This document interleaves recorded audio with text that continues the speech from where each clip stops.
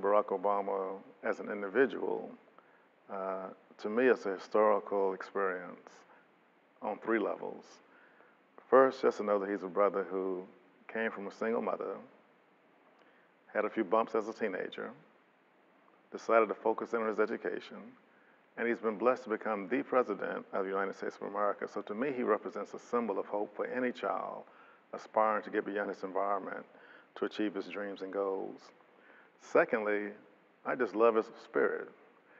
You don't find many human beings with a spirit like that that speaks broadly and specifically toward the unity of mankind. And he represents that to me on a personal level. And then his humanity just exhumes the arrogance that you see around him and people trying to shoot at him. He's well balanced in his spirit. So people can throw rocks at him, but he's well protected, I think, by high authority to defend himself spiritually. And a lot of us still love him as a brother.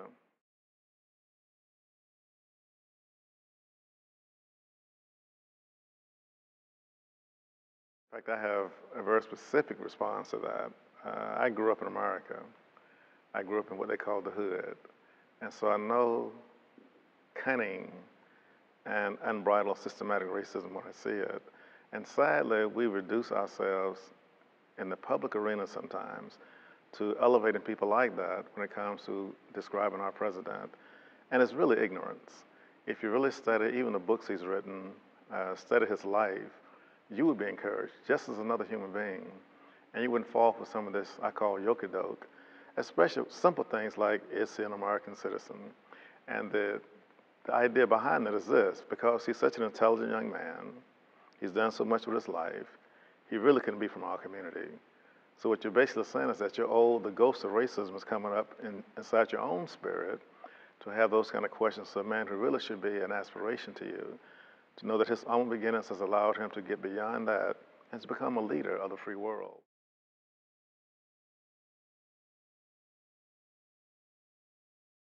No, quite to the contrary.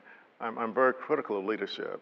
So to me, you really have to prove your leadership sincerity before I get behind you and support you.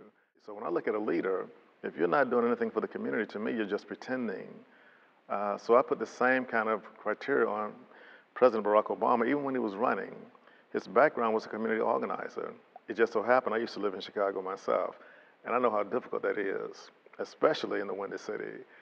He organized through the church element, through the faith community, several programs to get the people engaged in Chicago. And that, to me, takes a lot of dedication. In fact, I have a picture of him with a hole in his shoe, which can be the result of you walking a lot on the streets of Chicago trying to talk to people who really give you a lot of resistance because they're suspicious.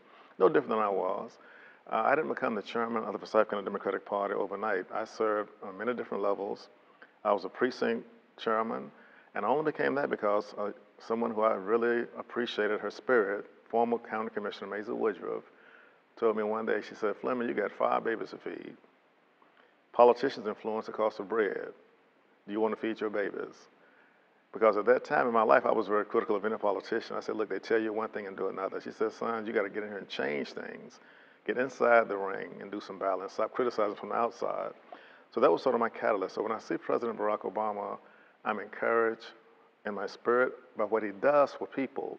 For example, we're about to let expire unemployment compensation for people who need unemployment benefits. They basically were fired from no fault of their own because of the economy. And you have a group of people in Washington, D.C. who did not want to even extend that benefit to them, not to mention giving senior citizens a $250 one-time payment.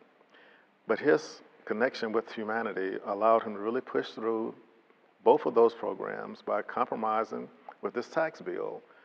Again, that's just an example of his real concern, his real sensitivity is to the everyday working person. And I think working people eventually will see him for the true friend he is that we have in the White House.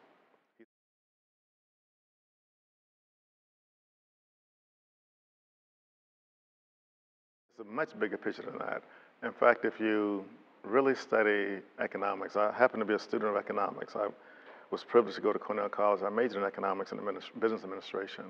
There are basically 5 components to the economy, and that's what they don't tell the average American taxpayer. How you measure GNP, how you measure what the total economy is doing has these components in it. There's consumption, that we all engage in as consumers. There are savings that we all should be participating in, even if it's $1 a week. There's investments. Then you add government expenditures. Then you add the difference between exports and imports. That gives you the total value of all the goods and services produced in one given year. All that you hear these people on TV, for the most part, talking about is one of those 5 factors. They talk about taxes. All of us are sensitive to taxes because all of us want to hold as much of our money as we can in our own pockets, but tax is just one part of it. You also want to have an opportunity to invest, to save, and the government has to be involved. You cannot go down the street in your neighborhood today without driving on some tax-paved street or stopping at a red light that's put there by your tax dollars. If you don't want to pay taxes, let your garbage pile up for about 5 or 6 weeks. Those people come by to pick up your garbage, they're there because of taxes being paid. When the fireman comes to your home or the police comes by when there's a difficulty, or when the military shows up, all that's a byproduct of our taxes. So taxes in a democracy is almost a responsibility of the average citizen just to have the privilege of being in a free society. We don't want to pay too much taxes, but that's just one component. So I think they try to blindside people and they just say that this whole economy rests in the footsteps of one president. The president can only control, for the most part, fiscal policies, and that's just one component of it. So they do a big disservice when they don't tell people the whole truth of how this whole economy actually works. So I would challenge anyone to come to me directly and debate me on the issue of economics because I would tell the whole story, and I'm afraid you don't hear a lot of that on TV.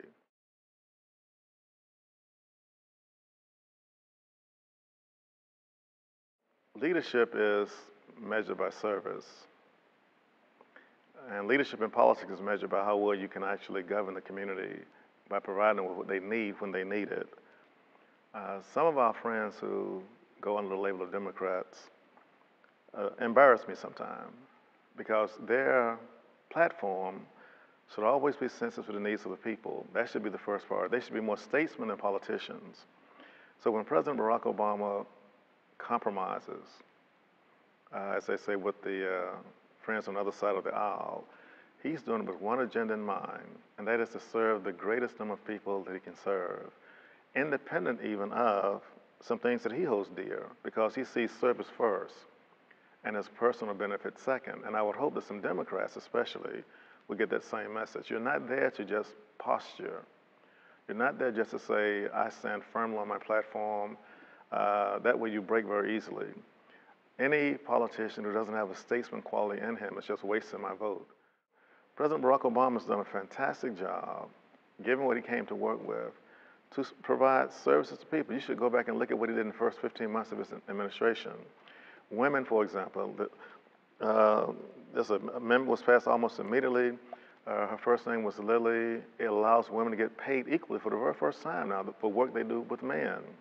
He provided millions of dollars for historically black colleges and universities. For the first time, an injection amendment went into the billions, in fact, to make sure that kids have an opportunity to go to college if they choose to do so. There are about 18 different measurements that he got passed, not from just measurements, but into amendments and into bills that he signed in the first 15 months. Not to mention that phenomenal effort called healthcare that every American have access to and wouldn't have to be subjected to poverty because you get sick on your job. So some of my Democratic friends, to me, become almost Dixiecrats in their mindset. And I'm very familiar with the history of the Democratic Party because I remember when the Democrats were not allowed African Americans to even participate in their politics. In fact, I remember a suit that was challenged to allow us in the 20s to become a part of the Democratic Party. I still remember my sister from Mississippi going to Chicago to the Democratic Party and being forced to speak almost as a guest instead of being received in the Democratic convention. So don't put too much pride in just calling yourself a Democrat.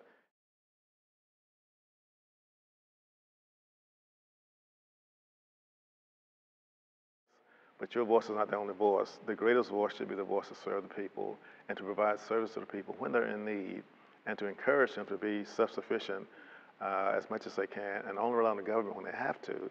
But the government should be accessible to help them when they need help. And that, I think, is the calling card of President Barack Obama. He knows the limitations of government. He's a constitutional scholar. He's a person who knows his history very well. He knows how politics works very well, and he's there to serve. So let's get behind our brother, not because he's African American, not because of his name, because of the principles he represents and the real humanity he represents at a time when can be very cold out here. It can almost be callous, depending on which circle you're in. So we need to lift them up on our shoulders more and be proud that we have a president of the United States in 2010 by the name of President Barack Hussein Obama.